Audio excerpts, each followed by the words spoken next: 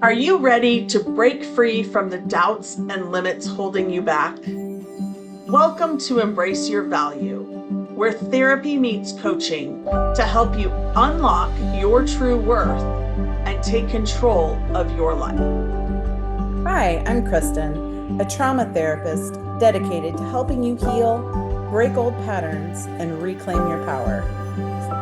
And I'm Jen, your support coach, here to show you how to set fierce boundaries, embrace self-compassion, and step boldly into the life you deserve. So, whether you're stuck in self doubt or feeling lost, know this: your value isn't up for negotiation. It's time to own it. Every week, we tackle real issues that challenge, inspire, and empower you to live with purpose and confidence. So, grab your favorite drink, take a deep breath, and let's get started. Because you're not here to play small. It's time to embrace your value. Hi, and welcome back to our podcast. Jen and I are here today with another episode for you. We're going to talk about accountability, especially accountability during the holidays and what that might look like for you. And Jen and I both have some tips about how we can be accountable to ourselves and manage our accountability to the others.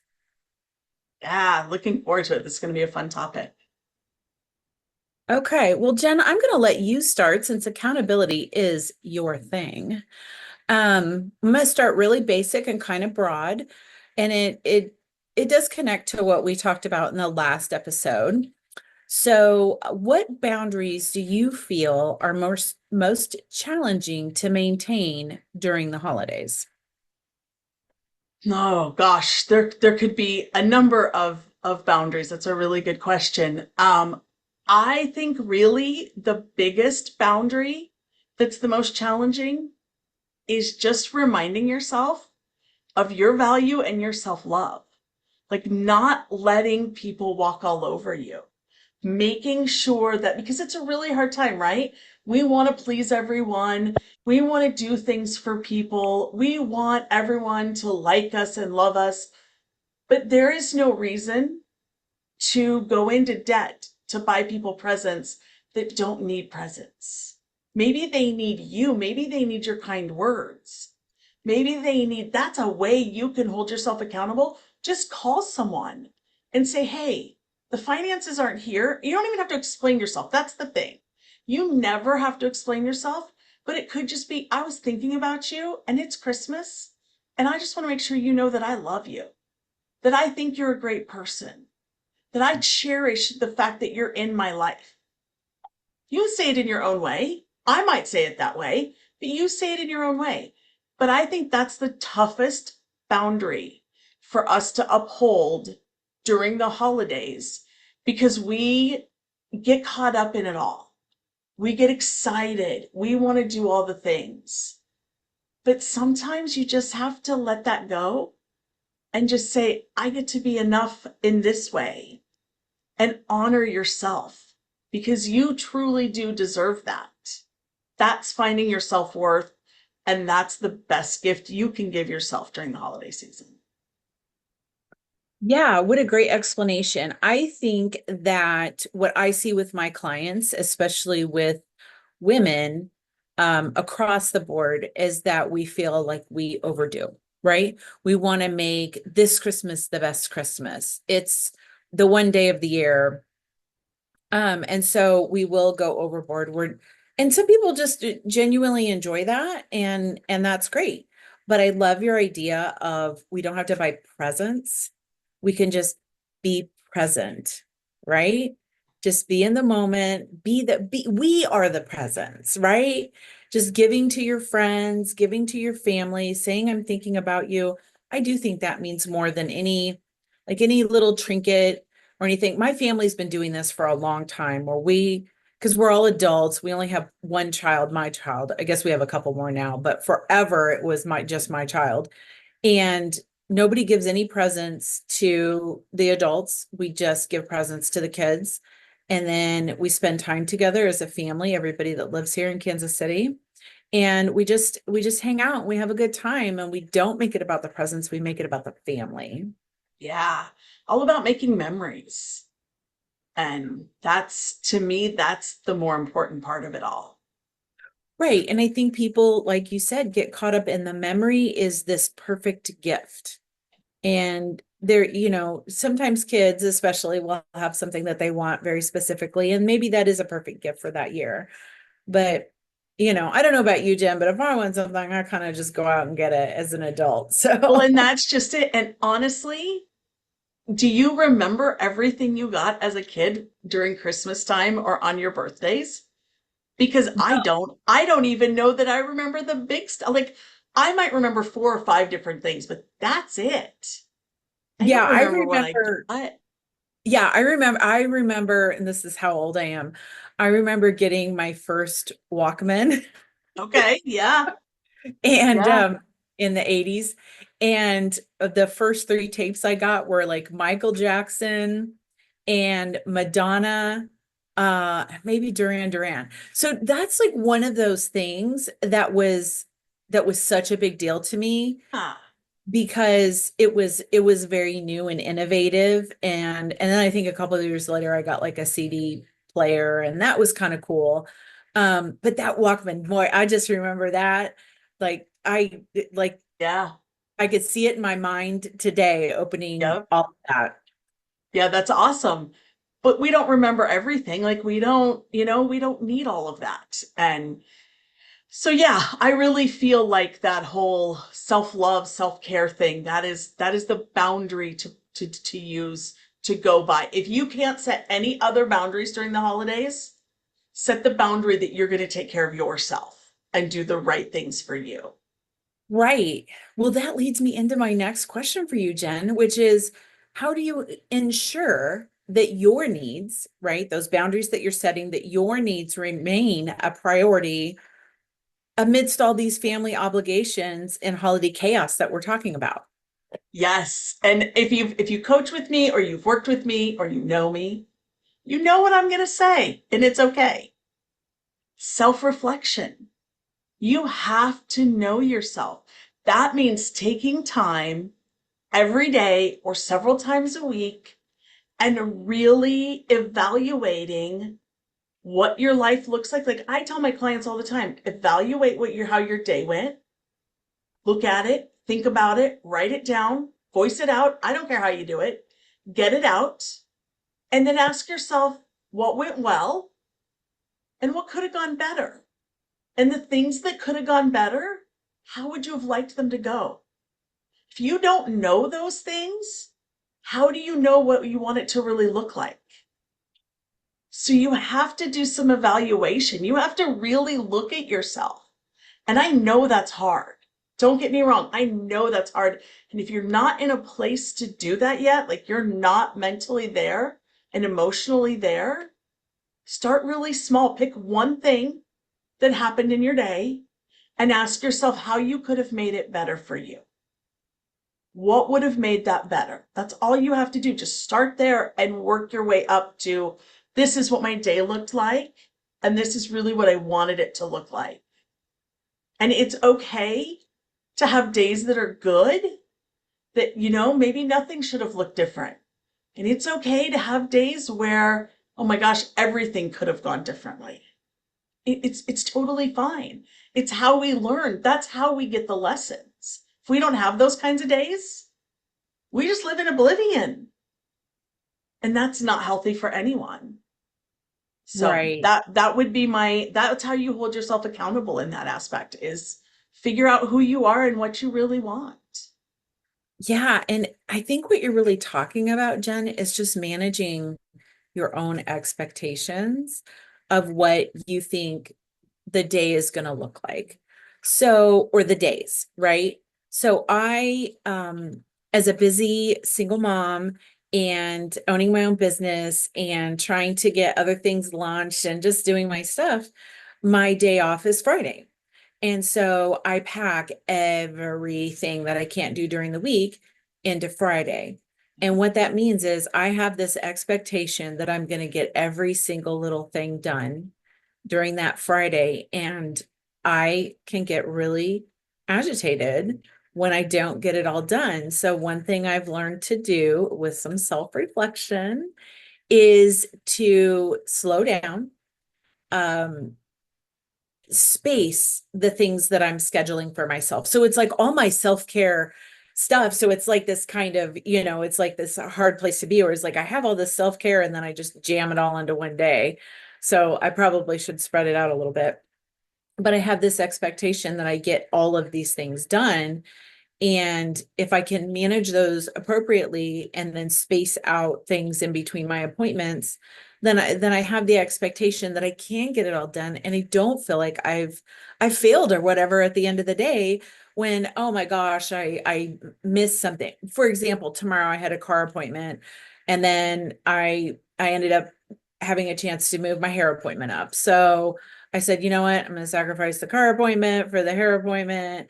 I could have tried to jam them all in, but I just said, you know what? The car can wait another week. It's just a routine maintenance kind of thing. So that's a really good point about just having some self-reflection and just looking back and saying, what did I want to happen? What did I expect to happen? Self-reflection leads into self-awareness. And if we're not self-aware, what are we doing? We have to have that. And self-awareness is another piece of self-love. Take care of yourself. Absolutely. Absolutely. So that's one of these next questions that I have for you. What are some other habits or routines to help you stay grounded and focused on self-care during this time? Yeah, so I think one of the biggest, and I'm not saying this isn't self-care, but I feel like one of the biggest misconceptions that people have when they think of self-care is it's going to get your hair done, going to get your nails done, getting a massage. That can all be self-care, but that's not the end all be all to self-care. Self-care is really, what does your heart and soul need in that moment? Like, how are you taking care of yourself? You may need to take a step back from work for 3 minutes and breathe. We talked about breathing last week. You might have to take some time and do some deep breaths. You might need to take some time and meditate. You might need to just go for a walk, go outside, take your shoes off, and ground yourself. Just do what it is that you need in that moment. And again, it does start with self-reflection, self-awareness, because you won't know what you need until you do. I have a really good friend who happens to also be a coach, who also happens to be named Kristen, by the way. So I have several Kristens in my world, and it's very interesting. But anyways, my self-care is I have to spell the name in my head to know who I'm talking about. So that's just like a me thing. Um, but she puts on her mirror, what do I need today? What is it that I need today? And I love that because then every morning when she gets up, she looks in the mirror and she goes, oh, hey, what do you need today? What is it that's going to make your day better and brighter and give you that clarity? And you may not know right away, like it might be something, especially if you're new to this, you might go, well, I don't know what I need. You're right, you don't. But self-reflection is going to help you know. Thinking about what other people are doing, learning about what other people do, that helps you to know what you might need and trying new things. Don't be afraid to try new things. If you've never meditated, don't expect that you're going to sit quietly for 30 minutes and not have any thoughts. Because quite frankly, I can't do that now. And I don't know many people that can actually sit and not have any thoughts in 30 minutes. You have thoughts, you just push them back out. But don't hold yourself to that standard. Don't hold yourself to standards of people that have been doing things way longer than you, that have been involved in this way longer than you. They had to start somewhere too, and so do you. Start with a guided meditation and do 5 minutes. Doesn't have to be it doesn't have to be on anybody else's standard or timeline. So don't, that's self-care. that right there is self-care. It's not setting standards that are above what you need in that moment. I don't know if that really answered your question, but that was definitely some other topics there. No, I think that it did answer the question. The biggest part of that, what I heard loud and clear, Jen, is just knowing what you need, right? And that for you with your friend is looking in the mirror every day because we all do it. Right. We have to in some form or fashion. Looking in the mirror, and on her mirror it says, "What do I need today?" Because reading something and saying it out loud is very different than trying to do it in your head. Right. So just going, oh, in my head, like, oh, what do I need? Oh, I need to take a breath because this is going to be a difficult day. Or I need to do an extra 5 minutes on whatever meditation or breathing or whatever it is that you do, because, this I know is going to be a stressful day. So I think that's a great answer to the question. And I would love it, Jen. I'd love these things so much. Could you make a little list of these in the show notes for our listeners Yeah, and our absolutely. Yeah. viewers? I think that would be great. Yeah. Because I think a lot of people are probably listening in the car, listening while they're Yeah. getting ready, and they're not really taking time to write stuff down. And I know it's a little extra work for you, but I think these No are big great deal. ideas, and I Yeah. think they'd be really beneficial. Yeah, absolutely. Okay. Yes. So, okay, this is a big one. This is a big one for a lot of my clients. Let me know if it's for your clients too.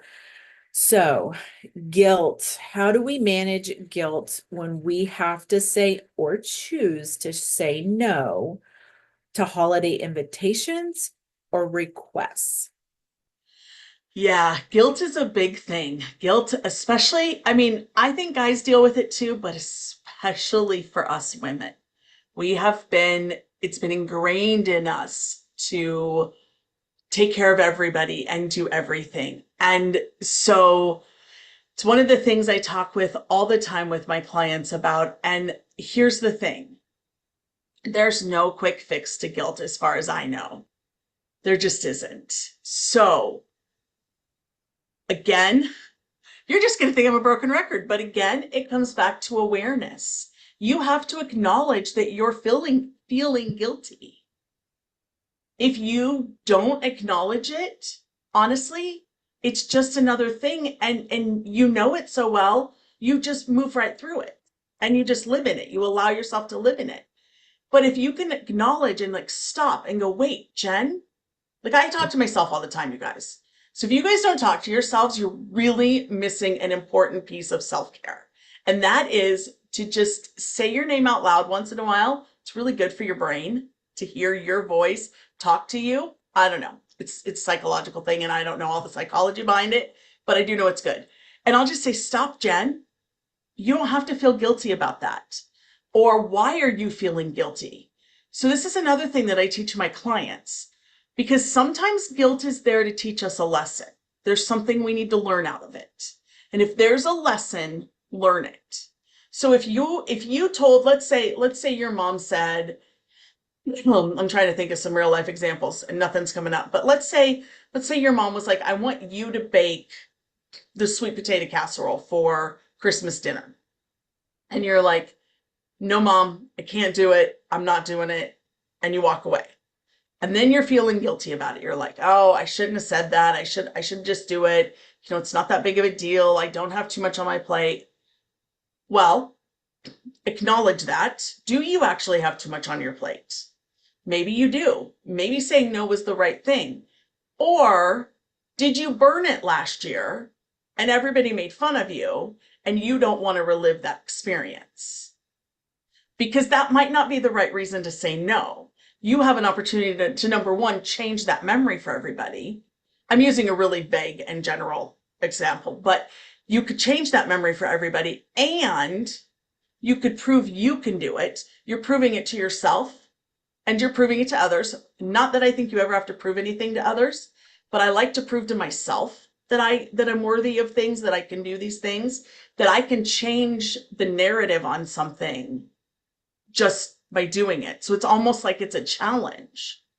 So, and you might have blocked that out. You might not have even remembered that that's what happened last year until you take the time to go, why do I feel so guilty for saying this? And I think that's just a really important piece is what is that guilt teaching you? And if it's not teaching you anything, if you're like, I just have too much on my plate, you have to take a couple deep breaths and just let it go. When it pops back into your head, you have to say, no, I'm not dealing with you today. I have a really cute coffee mug that says, let's schedule that emotion for another time. And you can totally schedule that for another time. You can be like, no, I'm not dealing with you today. This is not happening today. You can pull out whatever phrase you want. Sometimes I go, Satan, not today. We're not playing. You know, whatever you want, whatever works for you. And it'll happen, but the more you tell it no, the less it'll creep back in. Because then you have to become conscious that you're doing it. And it's like this thing that you have to pull it in to bring it in. The more you consciously tell it no, it'll go away. It'll go away. You're not focusing on it. Your brain will bring you what you're focusing on. So if you're thinking, oh my gosh, I'm a loser because I told my mom no, you're going to continue to have that thought. But if you say no, that's not the thing, it's going to start to go away. Every time you say it, it's going to go a little further away, and then it's going to go a little further away. And then one of these days it's going to be gone. And you won't even remember you had that guilt.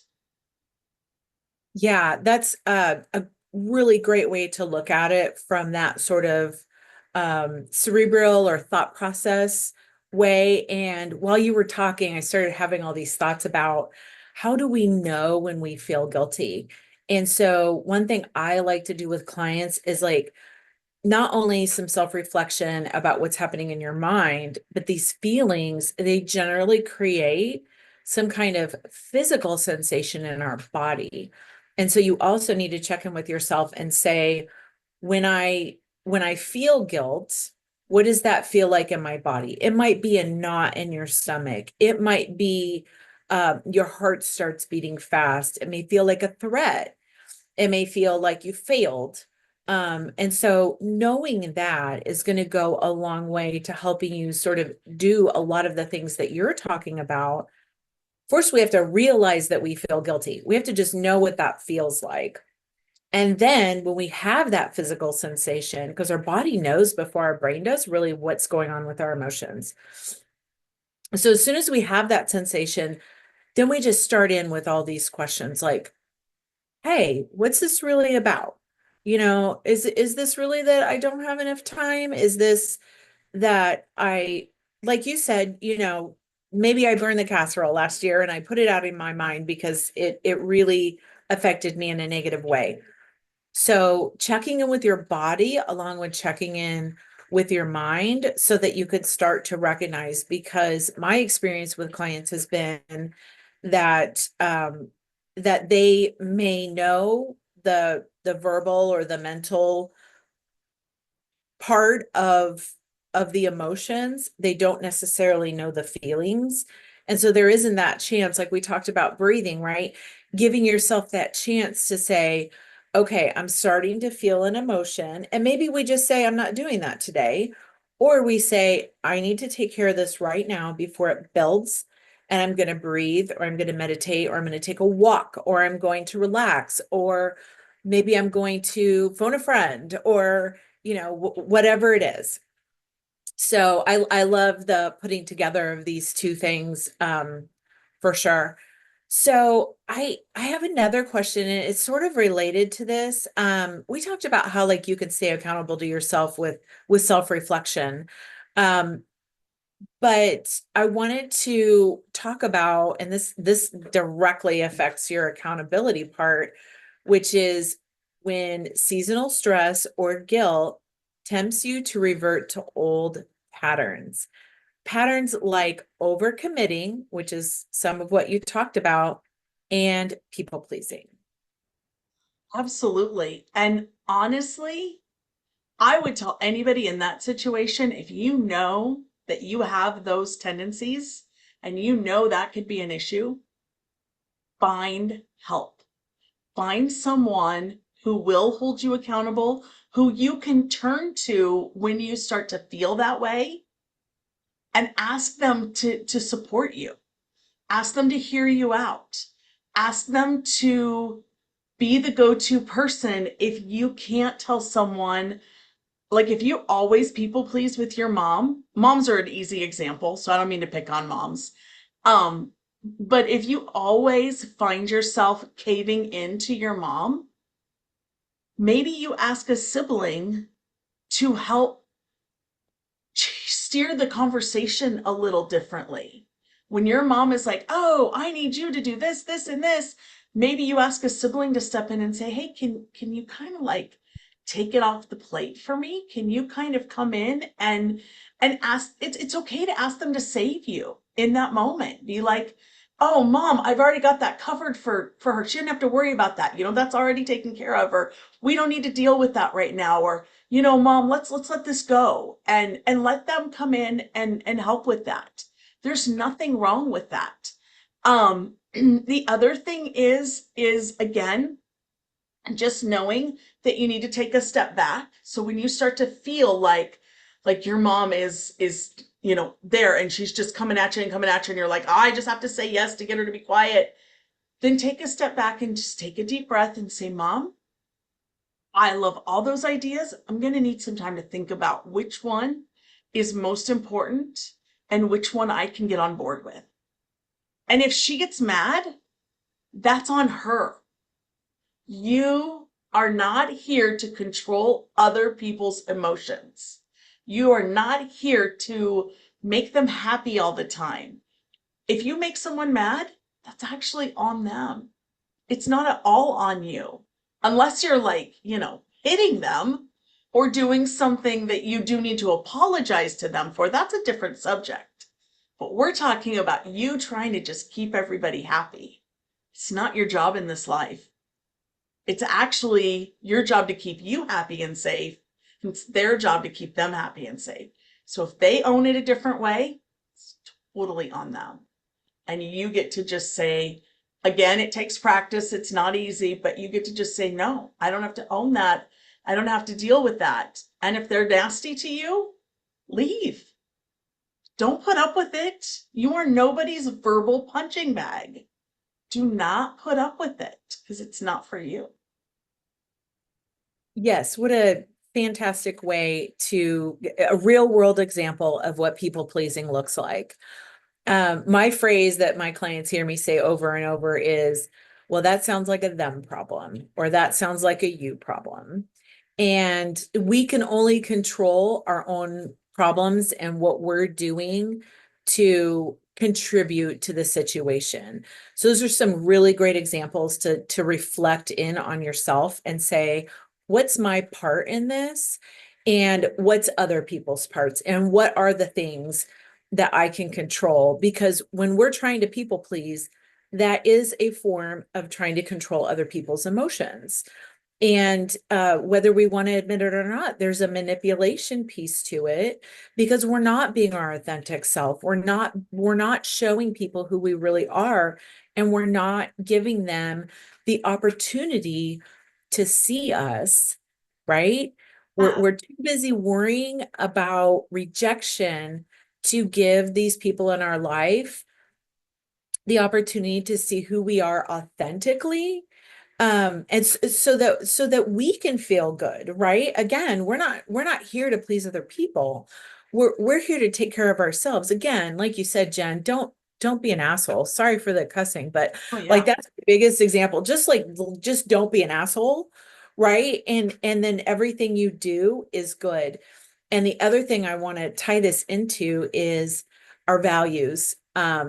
Which is when we're living by our values and we decide we don't want to people please, when we stick to what those values are for us, then we can feel good about having to say no or needing to say no to especially the people that we love the most. It's kind of easy to say no to like a third cousin or someone on the street or whatever, but saying no to those people that we love can be a little bit more daunting to people who don't really practice it. Yeah, absolutely. Yeah. So, Jen, with all of this and thinking about some of the emotions that the holidays bring up for us, how do you balance the joy of giving to others, right? This is direct correlation to what we just talked about with giving to yourself.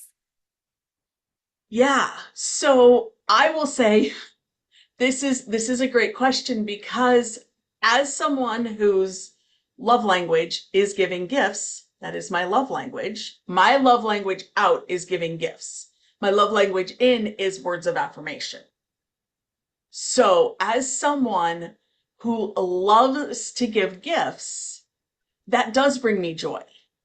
And I want to make sure that you guys hear me on this. There's nothing wrong with that. That's not what I was saying at the very beginning. You can give gifts, but what I was getting at is if you can't afford it, don't force it.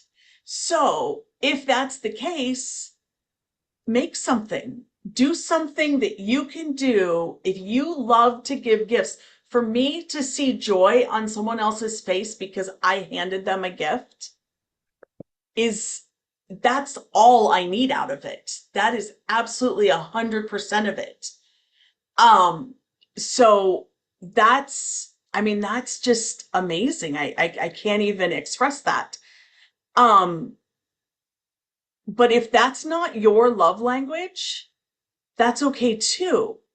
I would say this year, make a commitment. If you don't know what your love language is, there's that great book called The Five Love Languages, and I highly it's an easy read. I highly recommend you read it.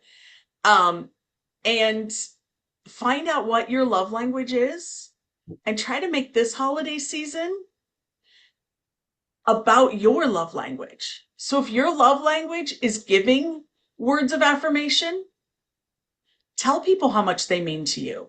Make sure they know this holiday how much they mean to you and how much joy they bring into your life by being a part of your life.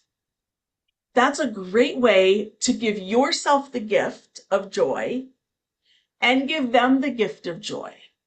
Because who doesn't want to hear that? I mean, seriously, people want to hear it. Even if they blow you off, even if they can't take a compliment, they still want to hear it. Deep down, they want to hear it somewhere. They might have a hard time with it, but again, that's not for you to own. That's their work to do. It's not yours. It's okay. You still did the right thing. And know that you did the right thing. And it goes back to, I mean, Kristen, you just said it. It goes back to doing the right thing, being kind. So make a list of how you want, who you want to express your gratitude for this holiday season, and start putting that together. Like, what is that going to look like for you? Okay, yeah, I agree. I love that. It's just it's maintaining those boundaries. It's sticking to your values, right? I mean, we probably do sound like broken records, but the reality is that sometimes, as you've said in previous episodes, we need to hear the same thing, sometimes many times, and sometimes in different contexts about where we are in life, or how you and I maybe phrase something that starts to resonate with people. And I think it's important to reiterate some of these things in different contexts, so that people can really start to apply them to their lives. Because just because somebody doesn't have the sweet potato casserole, part of their life, uh, they need to hear it in a different way sometimes. So that's, that's great. So when we're looking at these things, and when we're looking at like taking care of ourselves and saying nice things to others, I want to point out that we also need to say nice things to ourselves, right? And so with that, how do you celebrate, you, Jen, but also you helping our audience celebrate small wins during the holiday season to stay motivated and positive? Yeah, yeah, and that's so important. Actually, one of the things that right now that I'm doing with some of my clients is they actually message me Every morning, there are three things of gratitude, and they're piece of evidence from the day before that shows their self-worth or whatever they're working on. But I have one specifically that's working on her self-worth. And honestly, that is a beautiful way for you to celebrate little wins. So you can also do this by thinking about what's one good thing that happened to me today? What's one good thing that happened for me today? And what's one good thing that happened by me? So this topic actually should have all been around self-reflection because that is literally the answer to everything. But if you can take and evaluate your day and just say, what are three things, good things that happened today? One to me, one for me, and one by me. Then it shows you, like if you do this every day and say you write them down, after 30 days, you're going to have 90 good things that happen to you in 30 days. That is like, that's your evidence. That's your win. Those are the things you should be celebrating. And I'm not talking about taking yourself out for $100 meal or doing something crazy. I mean, you totally can. But what if after 30 days, you looked back over that list and you saw growth? You saw self-improvement. You saw somebody who was almost unrecognizable at the beginning of those 30 days. To me, for me, that would mean more than taking myself out for $100 meal. That would be that would be the biggest motivator to not stop. That would it would change everything to me because now I get to actually see the difference. I don't know if you've ever been around anybody who's doing self-improvement, like honestly, and they're working really hard and you can see the growth. Or let's take this example. It's a better example. We've all known somebody who's been working on weight loss, right? And you can see they look in the mirror and they don't see a change. They think they still, they're the same size. They might see the scale moving, but they can't see it. Therefore, in their minds, it's not working, it's not happening. But you see them after a couple of weeks and you go, "Whoa, you've lost a ton of weight. Like you've changed, your body's changing, it's all coming off, your clothes look like they need to be a size smaller. I see it." That's what this reflection will give you. It will let you see that change if you want to see it. If you don't want to see it, you're not going to see it. Like, let's just be honest. There is always that side of it. But it's going to show you that. And you can look into yourself and go, whoa, look at how far I've come. And so when my clients message me these things and they have big shifts sometimes, I message them back and I say, oh my gosh, this is amazing. Look at you.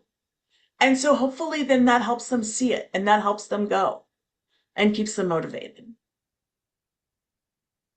Right. And that's what a great example of accountability, coaching, and what the benefit is that for people, right? Just having that person to reflect on them with them in how they're seeing themselves, right? Because you're right, we don't always see what's going on. We look at ourselves every day, we talk to ourselves every day.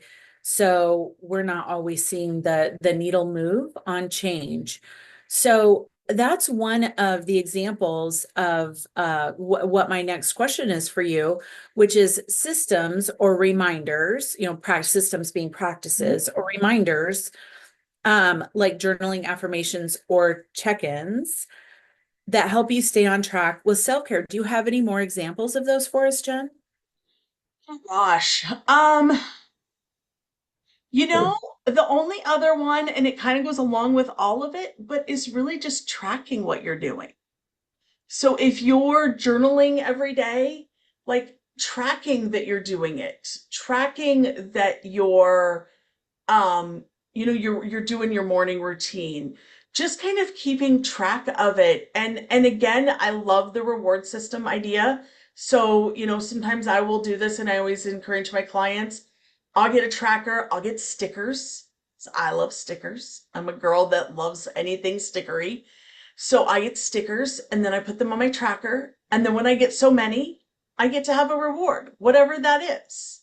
And it gets to fit your budget. So it doesn't have to be huge. It gets to fit your budget. I might just go get to buy a new package of pens, which if you asked my husband, he would tell me I didn't need, but I think I need them. So, I always need new pens.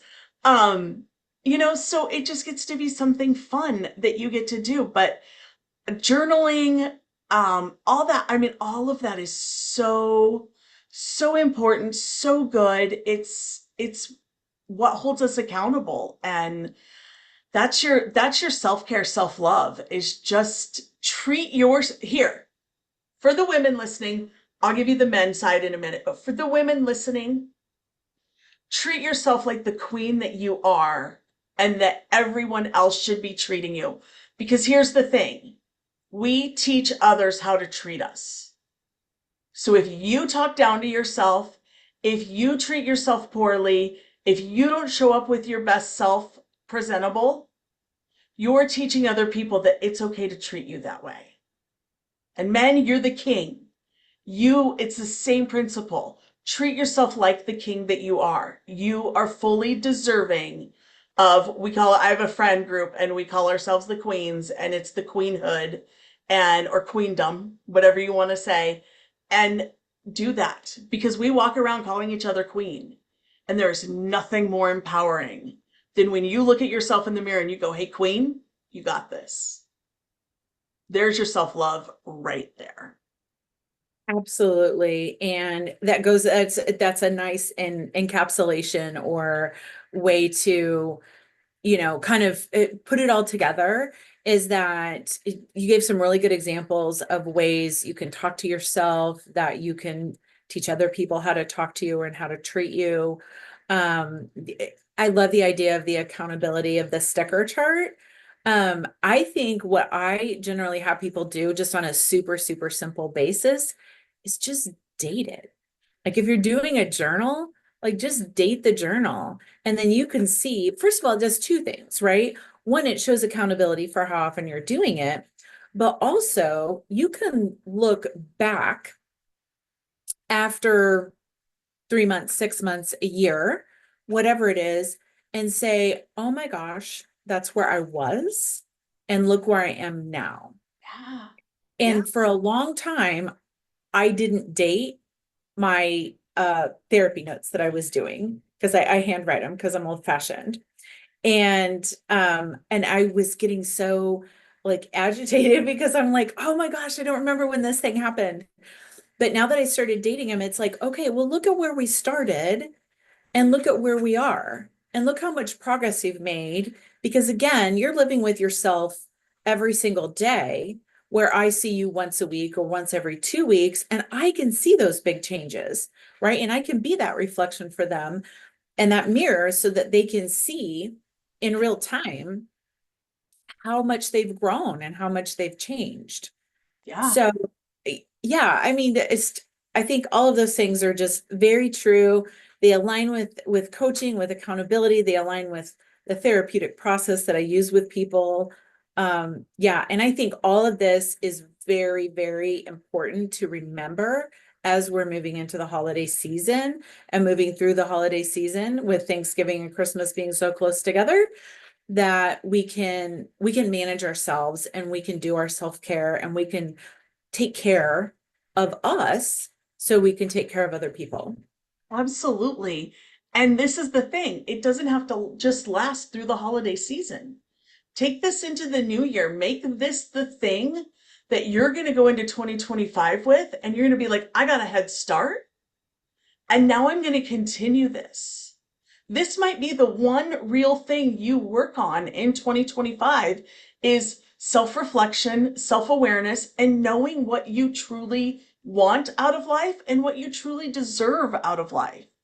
Because I don't believe that anyone deserves the garbage that they give themselves. For a second, I don't believe that. I think everyone has value. Everyone deserves to be loved and to be loved by themselves. Like, that's so important. Do that. Make 2025 the year of love for you and just be amazing. I just think you'd see a whole new person in front of you. Absolutely. If you love anybody, love yourself. When you Yes. can love yourself fully and truly, then you can love other people in the way that you really, really want to and that they also deserve, right? You deserve good things. Other people deserve good things. You said it, Jen. Everybody deserves to be loved. We all have to give it to ourselves first. And when we do that, then we have enough in our cup to give to others, to give to the people that we love, for you to give to your clients, for me to give to my clients. Like if I don't take care of myself, I'm not a very good therapist. Feel that. So yeah, Yeah. I know. Feel I know. that.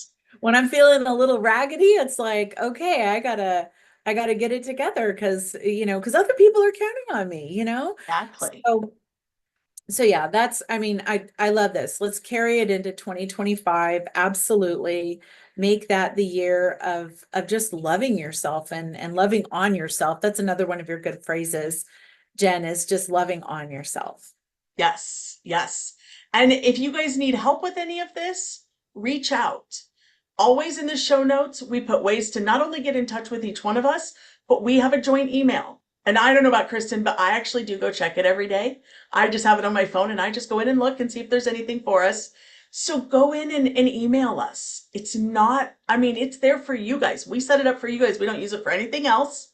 So we will see your stuff come in, and one or both of us, you may get two separate emails from us. We both might decide to reply to it. So, you just never know you never know what you're going to get with the two of us anyway. But, you might get some really great feedback, and that's all we want. We just want to be here to love on you and support you because that's why we're doing this. This is for you, not for us. I mean, we have a blast doing it, don't get me wrong. This is always a good time and it gives us a chance to just chitty chat. But we want to do this for you. So feel free to come in and tell us what you need. Tell us what you're enjoying. Just start the conversation with us and we will definitely come back. Yeah, we love to hear from you. Just really looking forward to feedback from all of you out there and ways that we can help you a little bit further. Like Jen says, this is fun for us to do, and it's fun to share with each other. And I don't know about you, Jen, but I learn something every time. Right? Is I do is too. yeah, Yeah. is to just be there to help you guys, and that's really our goal here. Yeah, absolutely. So thank you for joining us today, and we will see you next week. Thank you for being here with us today. If today's episode hit home, don't just keep it to yourself. Subscribe, leave us a review, and share this episode with someone who needs to hear it. Because everyone deserves to know their worth. Next week, we're diving even deeper with more insights and tools to help you break free from limitations and live authentically. Until then, keep raising your standards, owning your worth, and embracing your value.